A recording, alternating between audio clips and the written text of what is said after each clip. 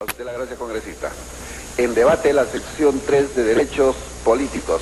Tiene la palabra la congresista Julia Valenzuela por 2 minutos. Gracias, señor presidente. Me voy a referir específicamente al artículo 46, acerca del voto de los militares. Señor presidente, de 57 presidentes que han gobernado el Perú, 29 han sido militares. En número y en cantidad de tiempo, más son los años en que el Perú ha sido gobernado por militares, es decir, bajo regímenes autoritarios. Pero también se ha dado el caso de militares elegidos democráticamente. Por lo tanto, históricamente es absolutamente realista, democrático, civilizado y moderno que los peruanos que visten uniforme ejerzan el derecho al sufragio. Más aún, como se ha dicho aquí, en la mayoría de países de América Latina, los militares que constituyen el promedio del 1% de la población votan. En consecuencia, es hora de que también los policías y militares peruanos ejerzan igual derecho. Por otra parte, en cuanto al ejercicio mismo del voto, para ser verdaderamente democrático, debe ser libre. Es decir, debe votar el que quiere manifestar a través del sufragio su parecer y decisión sobre los destinos del país. La mejor forma de fortalecer la democracia no es a través del mandato que otorgan los votantes obligados, sino de aquellos que se sienten calificados por sí mismos para hacerlo. Al inicio de la República solo tenían derecho al voto los contribuyentes. 100 años después se logró el voto femenino y 150 años después el voto de los analfabetos. Ahora, de cara a un nuevo siglo, tengamos la visión y determinación de facultar el voto militar y el voto libre y universal. Gracias, señor presidente. A usted la gracia, congresista. Tiene la palabra el congresista Saavedra por 2 minutos.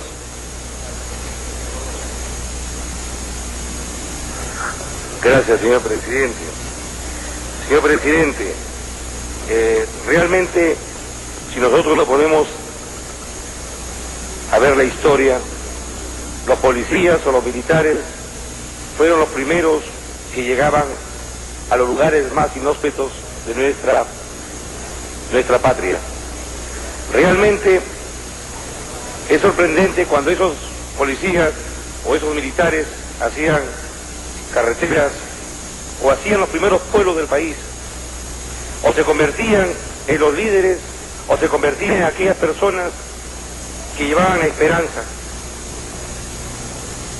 Es noble que ahora le reconozcamos su derecho a voto.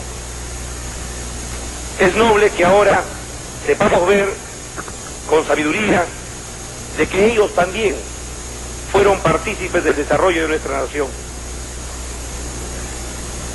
Hoy más que nunca, señor presidente, señores congresistas, debemos apoyar esta iniciativa, que los militares y los policías voten.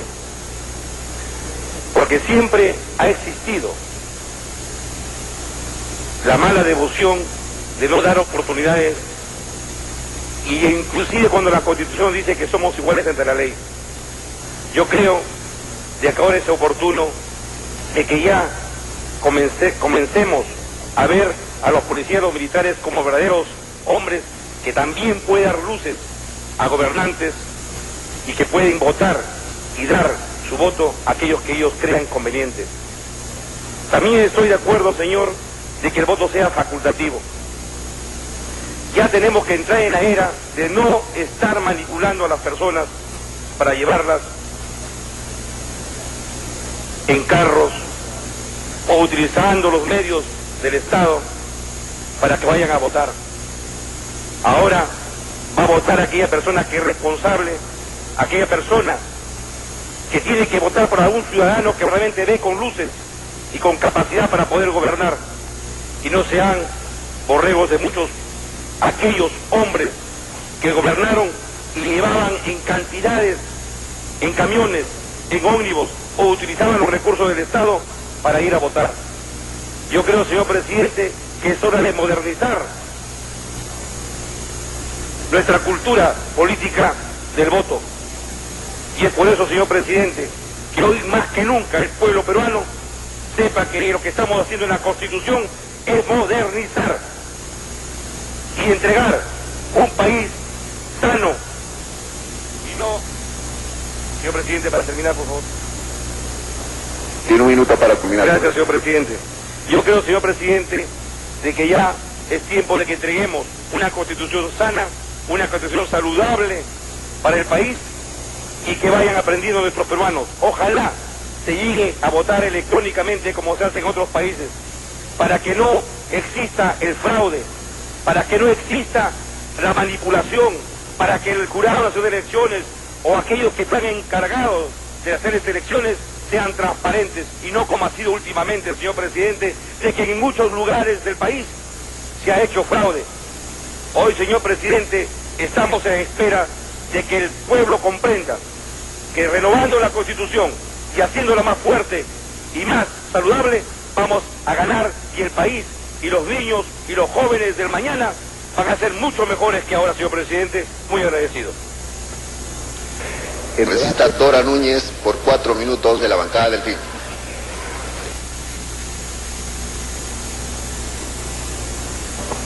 Gracias, señor presidente. La experiencia ha demostrado que los gobiernos derivados de la voluntad popular son gobiernos sólidos, duraderos y que cumplen precisamente con las funciones como entes democráticos, que es lo que requiere una nación como la nuestra. Me referiré al artículo 45. Debo destacar el derecho de la participación política de todas las personas a efecto de que puedan ser candidatos y puedan participar en la vida política de la nación. Cabe resaltar asimismo la incorporación de medios electrónicos para conocer los resultados de la voluntad popular. Esto es importante porque serán más exactos los datos y además se podrán optimizar los costos en el sistema electoral. En cuanto se refiere al artículo 46, se señala lo referente al voto facultativo. Yo considero que nosotros, en cuanto al voto de los integrantes de las Fuerzas Armadas y Policiales, yo respeto la posición de muchos de los que me han antecedido la palabra y que creen que es indispensable, que deben votar, la respeto realmente, pero considero que no estamos todavía preparados para eso. Nosotros conocemos que las Fuerzas Armadas y Policiales, por naturaleza, deben ser apolíticas, porque si se van a politizar las Fuerzas Armadas y Policiales, al contar con armas, hasta es peligroso para la tranquilidad interna y externa de estas instituciones. Conocemos que la función de las Fuerzas Armadas finalmente es, pues, asegurar la defensa nacional y buscar estabilidad en las instituciones, buscar la tranquilidad entre los ciudadanos. Deben actuar con absoluta independencia en el desempeño de sus funciones. Nosotros conocemos que con independencia en sus funciones y no obedecer a intereses de personas o de grupos, sería más saludable a que ellos, si les damos la oportunidad del voto, tengan por seguro que, siendo personas que están sujetos a obediencia y disciplina militar, a la disciplina propia de las instituciones castrenses, seguramente si le dicen tienes que votar por mí, pues tienen que votar por la persona que le autorice que vote, y eso a mí no me parece pertinente. De tal manera que debe, considero yo, esto postergarse quizá para otra constitución en donde nuestras instituciones... Tiene un minuto para terminar. Y por favor, estén preparados para poder ejercer la vida política en el país. Bastante debatible los votos de los militares. Yo sí estoy a favor de que voten militares y policías, porque yo no comparto esta visión esquemática de que el militar es un robot que acata rajatablas órdenes sin dudas ni murmuraciones a la hora de ejercer un derecho cívico ciudadano como es el de votar en una cámara secreta teniendo ante sí solamente su conciencia. Además, agrego simplemente, los países donde los militares no votan son solamente Perú, Colombia y Ecuador.